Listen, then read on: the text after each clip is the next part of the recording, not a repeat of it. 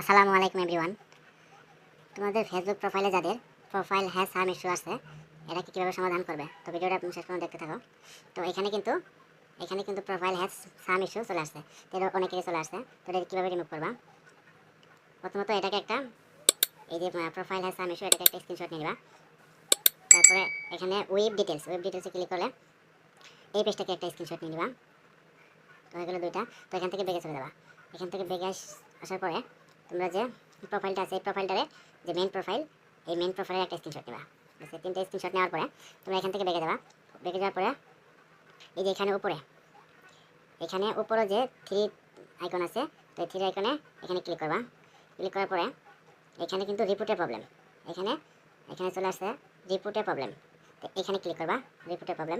তারপর দেখতে পাচ্ছ এখানে রিপোর্টের প্রবলেম। তো এই রিপোর্টের প্রবলেমে আবার ক্লিক করবা।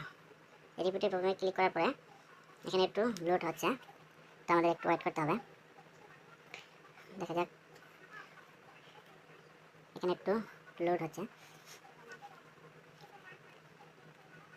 হয়তো নেটের সমস্যা। তো চলে আসছে অলরেডি।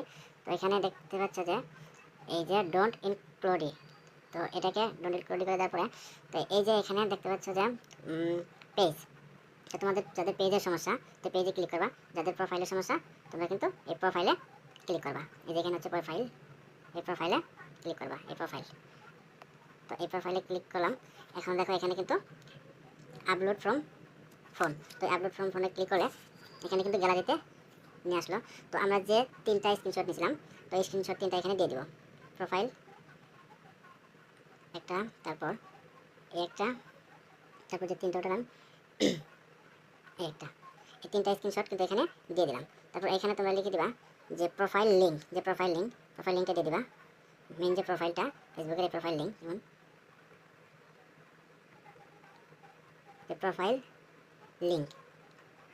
প্রোফাইল লিঙ্কটা দিয়ে দিবা। যে প্রোফাইল মেন পেজের যে প্রোফাইলটা আছে, তো এই প্রোফাইল লিঙ্কটা এখানে দিয়ে দিবা।